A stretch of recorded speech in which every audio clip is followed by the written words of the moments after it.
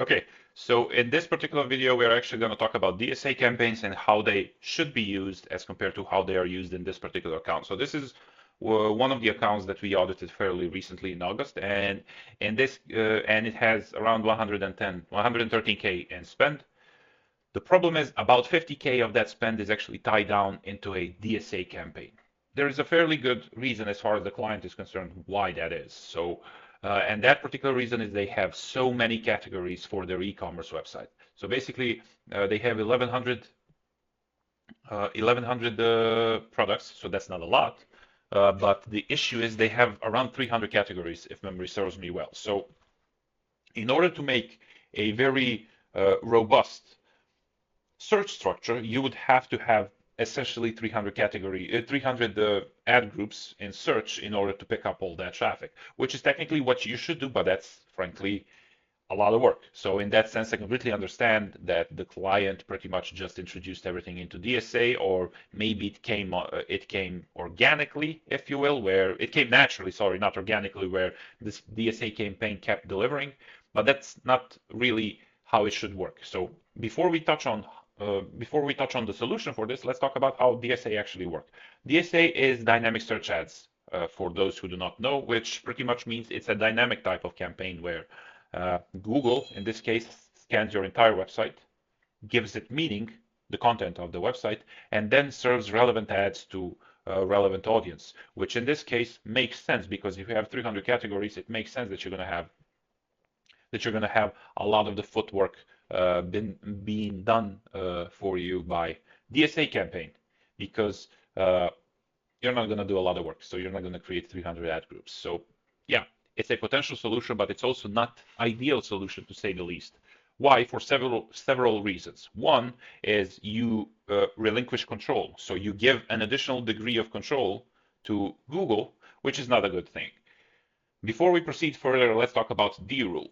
And D rule is that Google or Facebook or any other marketing platform is not your friend. Their primary goal is to extract as much money as possible from as many advertisers as possible for as long as possible, and then and only then provide you, the advertiser, with some results if possible. That's why most of their recommendations are somewhere in line with, hey, if you spend this much more money, you're going to get X, whatever X is. This many more conversions, this much more conversion value, whatever it is. That's why the reps are always saying the same thing. It's always pushing you to spend more. Why is this important? If you have less control, you have less control over your spend in general, so it's a bad thing. Secondly, now with this being said, it also gives you less control over how your structure looks like and how your traffic looks like, if you will.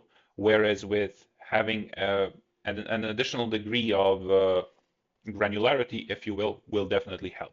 But even if we disregard all of that, the primary fix for this would be to actually alleviate part of that traffic with PMAX. Because if you take a look at the graph here, you can clearly see that about 81% of the entire traffic is entire conversion pool is actually from search, which is objectively too high of a number.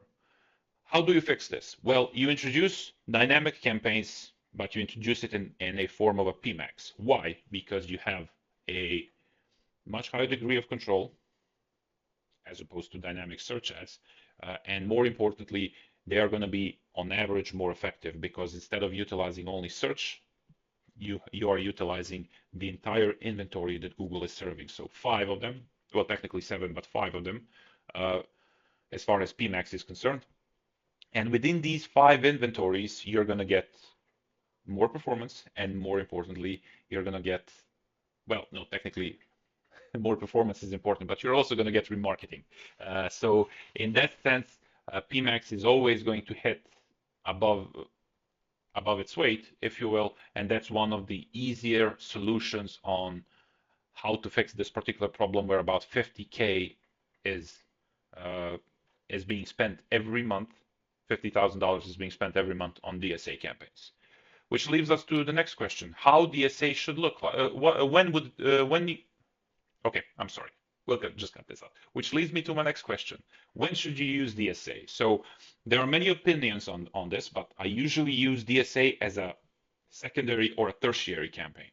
Really depends on the account, so there is no right answer, but usually I use it for two things. One is to keep me in check if I mess something up, if I make a if I made a mistake, if I omitted something in my keyword research. And two is to keep me in the loop about trends. So if there are some new trends picking up, if there are some new queries picking up, stuff like that, it keeps me in the loop in that regard. In closing, DSA is a very useful campaign, but it shouldn't be the major driver of your revenue, because if it is, you are doing something wrong on the account and you should fix it. In this particular case, for e-commerce accounts, the easiest thing to do would be to just introduce a couple of PMAX campaigns to alleviate that particular problem. That's it from me. Have a great day. Bye.